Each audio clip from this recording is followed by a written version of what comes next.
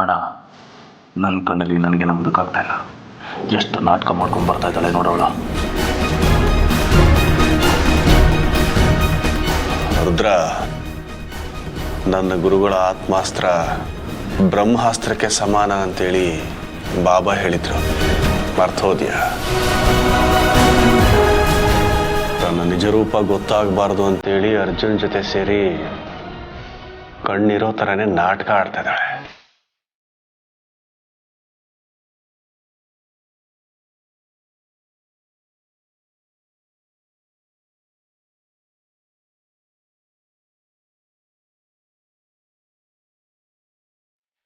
ಅಮೃತ,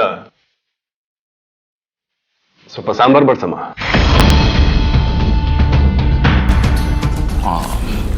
ನನಗೆ ಸ್ವಲ್ಪ ಬಡ್ಸಮ್ಮ.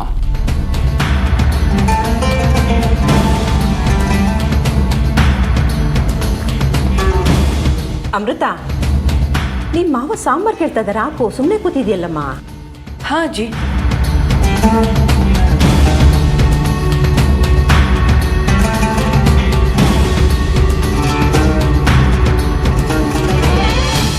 ಅದಕ್ಕೆ ನಾನಿರ್ಬೇಕಾದ್ರೆ ನೀವು ಯಾಕೆ ತೊಂದರೆ ತಗೋತೀರಾ? ನಾನು ಸಾಂಬಾರು ಬಿಡಿಸ್ತೀನಿ.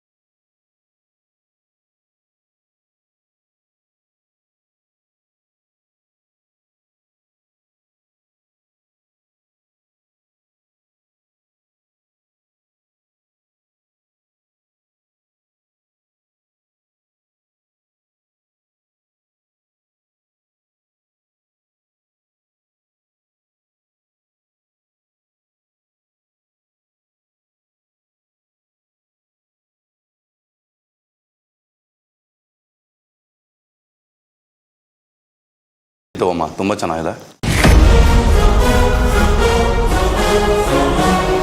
ಅರೆ, ಯಾಕೆ ಹಾಗೆ ನೋಡ್ತಿದ್ಯಾ? ತಗೋಮ್ಮ.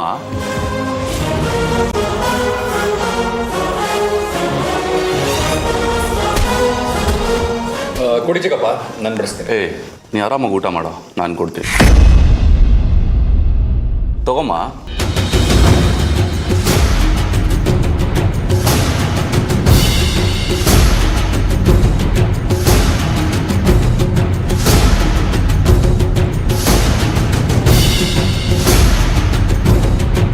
ಕೊಡು, ನಾನು ಬಡಿಸ್ತೀನಿ.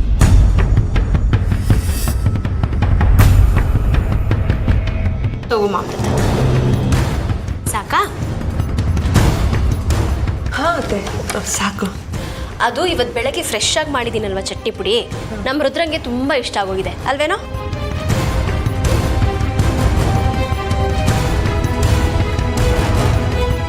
ಏಯ್ ನಾಗಿಣಿ, ನಿನ್ನ ಆಟ ತುಂಬ ದಿನ ನಡೆಯೋದಿಲ್ಲ ಕಣೆ.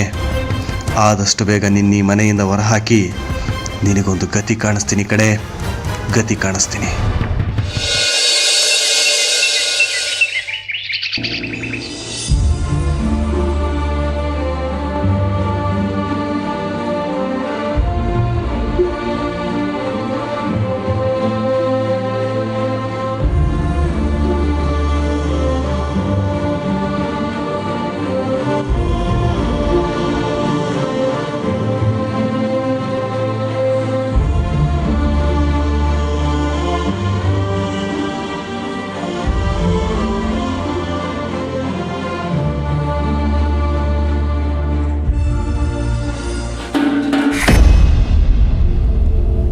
ಅಮೃತ ಅವರೇ,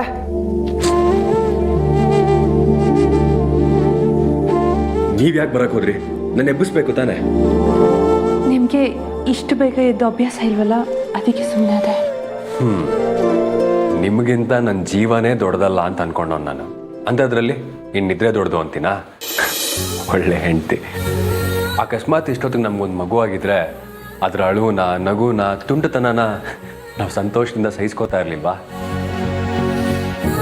ಇವಾಗ ನೀವು ನನಗೊಂದು ಮಗು ಇದ್ದ ಹಾಗೆ.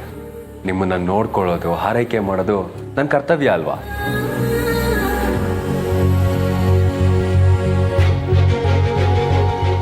ಯಾಕೆ ಹಾಗೆ ಸುಮ್ಮನೆ ನಿಂತ್ಕೊಂಡ್ರಿ?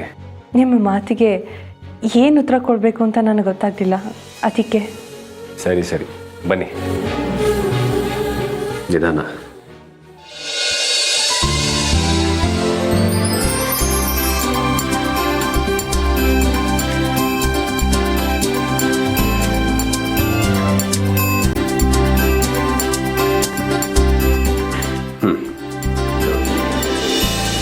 ಅರ್ಜುನವ್ರೆ, ಇದನ್ನೆಲ್ಲ ಯಾಕೆ ಮಾಡ್ತಾ ಇದ್ದೀರಾ ನೀವು? ಒಂದು ವೇಳೆ ನಿಮಗೆ ಕಣ್ಣು ಹೋಗೋ ಬದಲು ನನಗೆ ಕಣ್ಣು ಹೋಗಿದ್ದಿದ್ರೆ ನೀವು ನನ್ನ ಸೇವೆ ಮಾಡ್ತಾ ಇದ್ರಾ ಇಲ್ವಾ? ಮಾಡ್ತಾ ಇದ್ದೆ. ನಾನು ಹಾಗೆ ಮಾಡ್ತಾ ಇದ್ದೀನಿ, ಸುಮ್ಮನೆ ಇರಿ.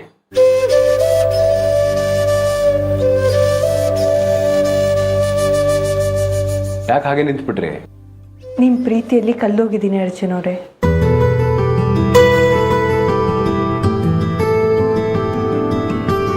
ಅರ್ಜುನವ್ರೆ, ನೀವು ನಮ್ಮ ಮದುವೆಗಿಂತ ಮುಂಚೆ ನನ್ನ ಹಿಂದೆ ಬಿದ್ದು ನನ್ನ ಮದುವೆ ಆಗ್ತೀನಿ ಅಂತ ಹೇಳುವಾಗ ನಂಗೆ ತುಂಬ ಕೋಪ ಬರ್ತಾ ಇತ್ತು.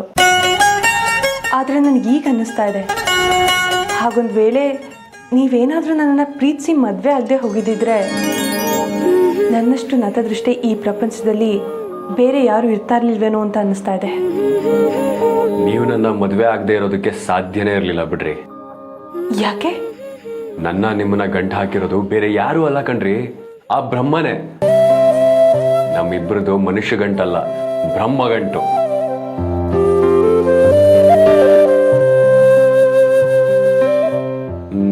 ಒಂದು ನಿಮಿಷ ಬಂದೆ.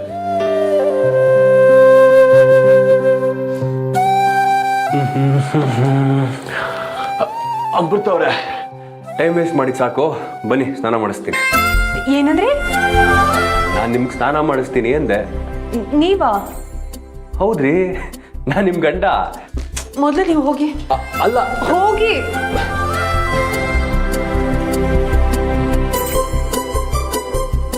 ಅಮೃತವ್ರೆ, ಇದು ಮೋಸ. ನನ್ನ ಮಾತು ಕೇಳಿ. ಈ ವಿಷಯದಲ್ಲಿ ನಿಮ್ಮ ಮಾತನ್ನ ನಾನು ಕೇಳೋದಿಲ್ಲ, ಕ್ಷಮಿಸಿ.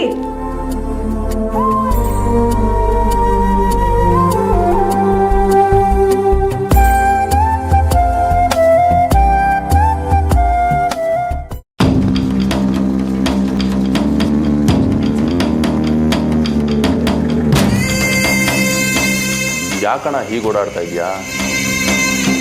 ಅಲ್ಲ, ನಿನಗೆ ಬುದ್ಧಿಗಿದ್ದಿ ಕೆಟ್ಟಿದೀಯಾ ಅಂತ.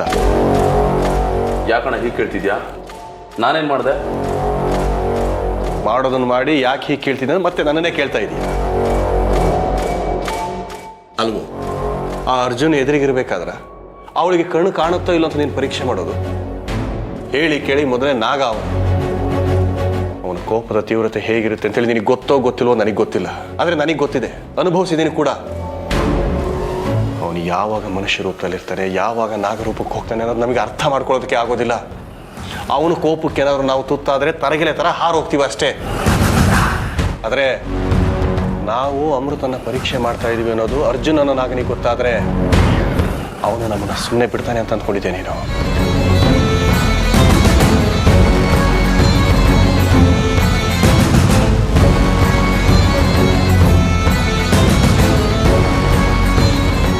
ನೋಡು ರುದ್ರ, ಶತ್ರುಗಳನ್ನ ಸಂಹಾರ ಮಾಡುವಾಗ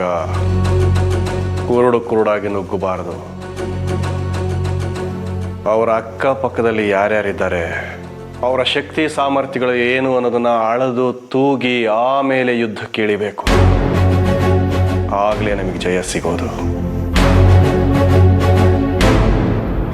ಅದು ಸರಿ ಅಣ್ಣ.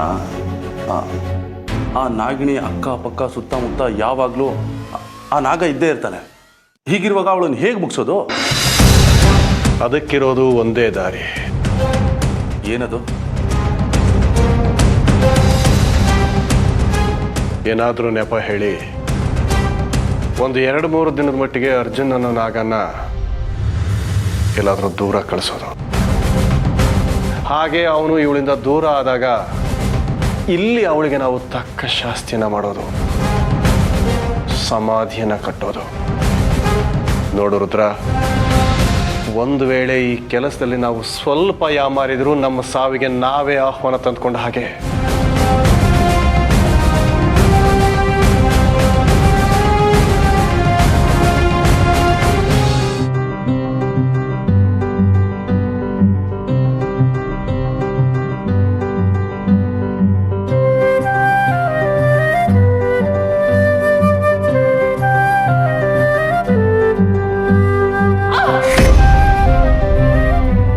ಅಮೃತವ್ರೆ, ನಿಧಾನ.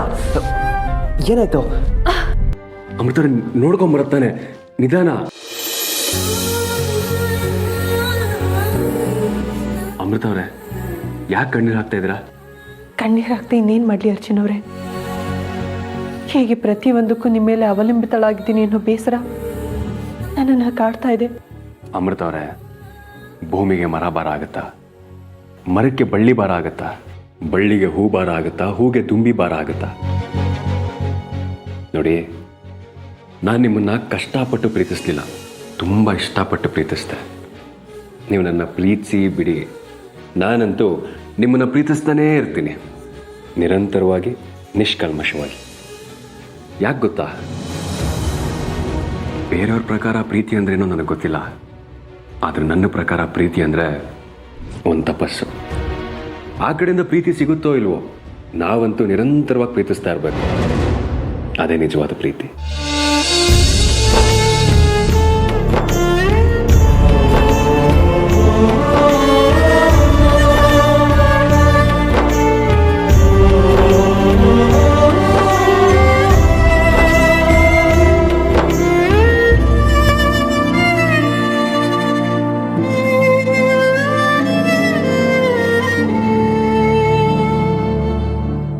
ನಾನು ಧನ್ಯನು, ನನ್ನ ಪ್ರೀತಿ ಧನ್ಯನು, ನನ್ನ ಜೀವನ ಧನ್ಯನು, ನನ್ನ ಜನ್ಮ ಧನ್ಯನು ಗೊತ್ತಾಗ್ತಾ ಇಲ್ಲ. ಅರೆ, ಯಾಕ್ರಿ ಹೀಗೆ ಮಾತಾಡ್ತಾ ಇದ್ದೀರಾ?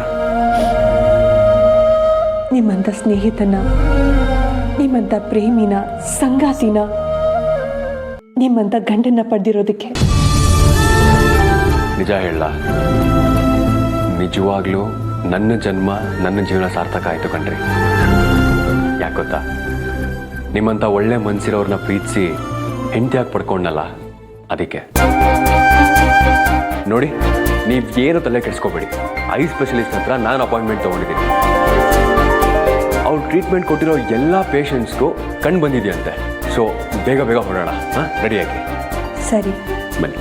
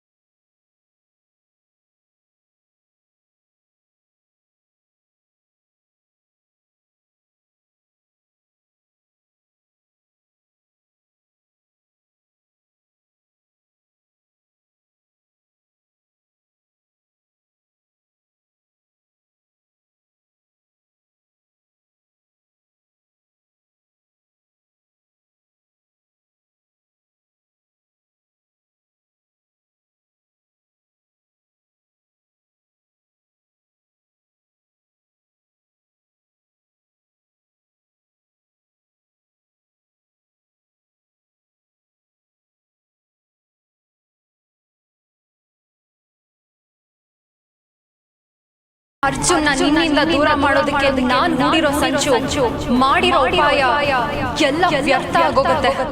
ನಾನು ಇದುವರೆಗೂ ಯಾವ ವಿಷಯದಲ್ಲೂ ಸೋತಿಲ್ಲ. ಸೋಲು ನನಗೆ ಸಾವಿದ್ದಾಗೆ. ನನ್ನ ಸಂಚಿನ ಸುಳಿಯಲ್ಲಿ ನಿನ್ನ ಬಂಧಿಸಿ ನನಗೆ ಹೇಗೆ ಬೇಕೋ ಹಾಗೆ ನಿನ್ನನ್ನು ಆಟ ಆಡಿಸ್ತೀನಿ.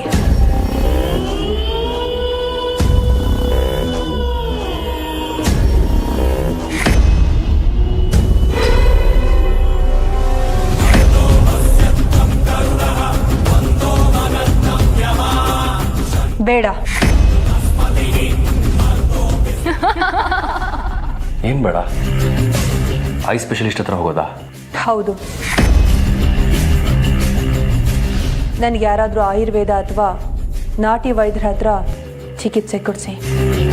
ರೀ, ಈಗ ಜಸ್ಟ್ ಹೋಗೋಣ ಅಂತ ಹೇಳ್ಬಿಟ್ಟು ಇವಾಗ ಆಯುರ್ವೇದಿಕೋ ಅಥವಾ ನಾಟಿ ವೈದ್ಯರ ಹತ್ರ ಔಷಧಿ ಕೊಡಿಸಿ ಅಂತ ಹೇಳ್ತಾ ಇದ್ದೀರಲ್ಲ, ಯಾಕೆ? ಯಾಕೆ ಏನು ಅಂತ ನನ್ನನ್ನು ಪ್ರಶ್ನೆ ಮಾಡಬೇಡಿ. ಅಮೃತ ಅವರೇ, ಆಯುರ್ವೇದಿಕಲ್ಲಿ ಕ್ಯೂರ್ ಆಗೋದು ತಡ ಆಗುತ್ತೆ ಅಂತಾರೆ. ಇನ್ನು ನಾಟಿ ವೈದ್ಯದಲ್ಲಿ ಕ್ಯೂರ್ ಆಗುತ್ತೋ ಇಲ್ವೋ ಅನ್ನೋದೇ ಗೊತ್ತಿಲ್ಲ. ಡಾಕ್ಟರ್ ಹತ್ರ ಹೋದರೆ ಆದಷ್ಟು ಬೇಗ ಕ್ಯೂರ್ ಆಗುತ್ತೆ ಕಣ್ರಿ, ದೃಷ್ಟಿ ಬರುತ್ತೆ.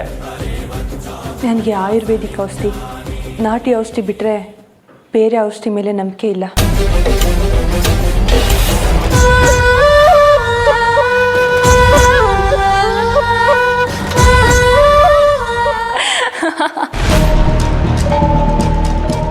ಮಾಯೆ ಮಾಯೆ ನನ್ನ ಮಾಯ ಬಲೆಯೊಳಗೆ ಸಿಕ್ಕಾಕೊಂಡಿದ್ದಾಳೆ ಅಮೃತ. ಇದನ್ನ ಹೇಳ್ತಾ ಇರೋದು ಅವಳಲ್ಲ, ಅವಳ ಮುಖಾಂತರ ನಾನು ಹೇಳ್ತಾ ಇದ್ದೀನಿ.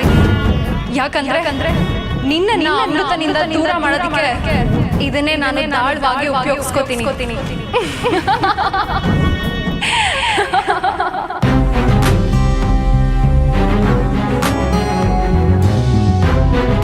ಅಮೃತ ಅವರೇ, ಪ್ಲೀಸ್ ನನ್ನ ಮಾತನ್ನು ಕೇಳಿ, ಐ ಸ್ಪೆಷಲಿಸ್ಟ್ ಹತ್ರ ಹೋಗೋಣ.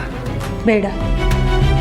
ನನಗೆ ಆಯುರ್ವೇದ ಅಥವಾ ನಾಟಿ ವೈದ್ಯರ ಹತ್ರ ಚಿಕಿತ್ಸೆ ಕೊಡಿಸೋದಾದರೆ ಕೊಡಿಸಿ, ಇಲ್ಲ ಅಂದರೆ ನಾನು ಜೀವನ ಪರ್ಯಂತ ಹೀಗೆ ಇದ್ಬಿಡ್ತೀನಿ. ಸರಿ, ಆಯಿತು. ನಿಮಗೆ ಆಯುರ್ವೇದಿಕ್ ವೈದ್ಯರ ಹತ್ರನೋ ಅಥವಾ ನಾಟಿ ವೈದ್ಯರ ಹತ್ರನೋ ಔಷಧಿ ಕೊಡಿಸ್ತೀನಿ.